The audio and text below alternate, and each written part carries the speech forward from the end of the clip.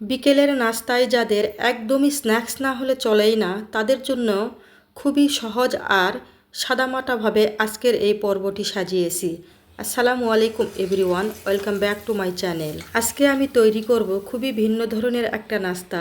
যারা নাস্তা খেতে খুব পছন্দ করে তারা চাইলেই কিন্তু কিচেনে থাকা সামান্য কয়েকটি উপকরণ দিয়ে ঝটপট করে তৈরি করে নিতে পারবে এই স্ন্যাক্স। তাহলে চলুন আর দেরি না করে শুরু করে দিই। বিসমিল্লাহির রহমানির রহিম। এখানে আমি নিয়ে নিয়েছি হেলেঞ্চা শাক, আর এই শাকের সাথে কিন্তু সবাই কম বেশি পরিচিত।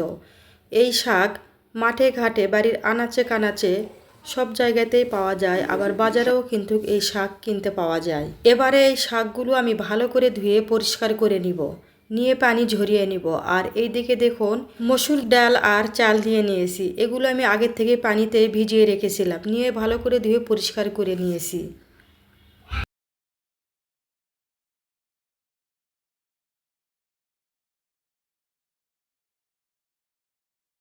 এবারে একটা মিক্সিং জারে এগুলো নিয়ে একটা মিহি পেস্ট তৈরি করে নিব। আপনাদের হাতের কাছে যদি মিক্সিং জার না থাকে তাহলে শিলপাটায় কিন্তু খুব মিহিভাবে এগুলো বেটে নিতে পারবেন।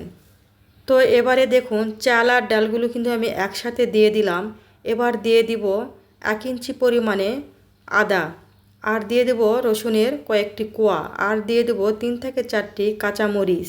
সামান্য পরিমাণে পানি দিয়ে এগুলো মিহি একটা পেস্ট তৈরি করে নিতে হবে। বিকেলের নাস্তায় যাদের হুটহাট কিছু খেতে মন চায় তারা চাইলেই কিন্তু খুব সহজভাবে এই স্ন্যাক্সটি তৈরি করে নিতে পারবে। তো দেখুন এগুলো মিক্সিং জারে কিন্তু আমি খুব মিহি একটা পেস্ট তৈরি করে নিয়েছি। এবারে এগুলো একটা বোলে ঢেলে নেব।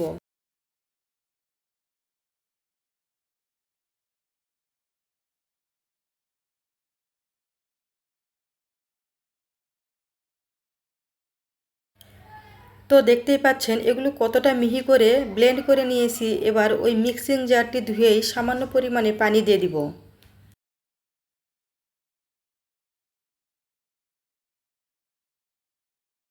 এবার চামচের সাহায্যে হালকা নেড়েচেড়ে পানিগুলো ভালো করে মিক্সড করে নিতে হবে। আর এবার এখানে দিয়ে দিব সামান্য পরিমাণে আস্ত জিরা। এই স্ন্যাক্সে আস্ত জিরা দিলে খেতে কিন্তু অসাধারণ লাগে। এবার দিয়ে দিব স্বাদ মতো লবণ। হাফ চামচ পরিমাণে দিয়ে দিব জিরা গুঁড়া, আর দিয়ে দিব পরিমাণ মতো শুকনা মরিচের গুঁড়া। যেহেতু এখানে আমি এই পেস্টটি তৈরি করার সময় কাঁচা মরিচ দিয়ে দিয়েছি, তাই শুকনা মরিচের গুঁড়ার পরিমাণটা বুঝে দিয়ে দিতে হবে। আর দিয়ে দিব সামান্য পরিমাণে হলুদের গুঁড়া। এবার এগুলো ভালো করে মিক্সড করে নিব। ঝাল যে যেমন খেতে পছন্দ করে ঠিক তেমনভাবে চটপটা ঝাল দিয়ে নেবেন। তবে স্ন্যাক্সের ক্ষেত্রে কিন্তু একটু ঝাল ঝাল হলে খেতে আরও বেশি মজা লাগে। বেশ কিছু সময় নিয়ে এগুলো খুব ভালো করে ফেটিয়ে নিয়েছি, আর এর ঘনত্বটাও দেখিয়ে দিচ্ছি। এই বেটারের ঘনত্বটা কিন্তু ঠিক এইরকমটাই হতে হবে। এর চেয়ে বেশি ঘন করাও যাবে না, আর এর চেয়ে বেশি পাতলা করাও যাবে না। এবারে ধুয়ে রাখা শাকগুলো আমি নিয়ে এভাবে একটা একটা করে হাতে গুছিয়ে নিব। এভাবে সুন্দর করে গুছিয়ে নিয়ে স্ন্যাক্সটি তৈরি করলে স্ন্যাক্সটি এবড়ো থবড়েও হবে না, আবার দেখতে বেশ কিছুটা ধনিয়া পাতা চপের মতো দেখা যাবে। এভাবে কোট করে নিয়েই এগুলো আমি তেলে ভেজে নিব। তেল আমি চুলায় আগেই গরম বসিয়ে দিয়েছি। তেলগুলো কিন্তু মিডিয়াম টু লো হিটের মাঝামাঝি রেখে গরম করে নিতে হবে। হাই হিটে তেলগুলো গরম করে নেওয়া যাবে না। এবার একটা একটা করে স্ন্যাক্সগুলো দিয়ে ভেজে নিতে হবে।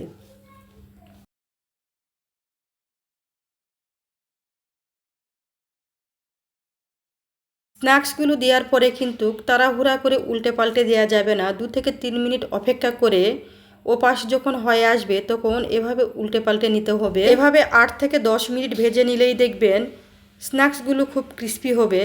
আর সুন্দর একটা কালার আসা পর্যন্ত অপেক্ষা করতে হবে। এরকম গোল্ডেন ব্রাউন কালার যখন হয়ে আসবে তখন এই স্ন্যাক্সগুলো তেল থেকে উঠিয়ে নিতে হবে। চুলার আঁচ মিডিয়ামের মাঝামাঝি রেখে স্ন্যাক্সগুলো ভেজে নিলে কিন্তু এরকমই সুন্দর একটা কালার চলে আসবে।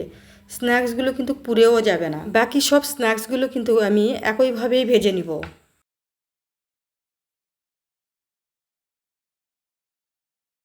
যারা একই রকম স্ন্যাক্স খেতে খেতে বোরিং ফিল করছেন আর আলাদা রকম কিছু খুঁজছেন তাদের জন্যই আজকের এই রেসিপিটি। তারা চাইলেই কিন্তু খুব সহজে এভাবে এই স্ন্যাক্সটি তৈরি করে নিতে পারেন। ঘরে থাকা মাত্র সামান্য কয়েকটি উপকরণ দিয়ে সহজ রেসিপিতে নতুন কিছু দেখানোর চেষ্টা করি। খেতে কিন্তু অসম্ভব মজাদার হয়েছিল আর অনেক ক্রিস্পি হয়েছিল। আপনারা চাইলেই কিন্তু ট্রাই করে দেখতে পারেন। আমি সুন্দরভাবে পরিবেশন করে নিয়েছি। এই স্ন্যাক্সটি এমনি খেতেও কিন্তু ভীষণ মজাদার আর সস দিয়ে খেলেও কিন্তু ভীষণ মজা লাগে খেতে। এরকম নতুন নতুন রেসিপি পেতে কিন্তু চাইলে চ্যানেলটি সাবস্ক্রাইব করে বেল আইকনটি প্রেস করে রেখে দিতে পারেন। আর ফেসবুক থেকে যদি দেখে থাকে তাহলে পেজ ফলো করে ভিডিওতে একটা লাইক দিয়ে দিতে পারেন। আজ এখানেই বিদায় নিয়ে নিচ্ছি। আসসালামু আলাইকুম।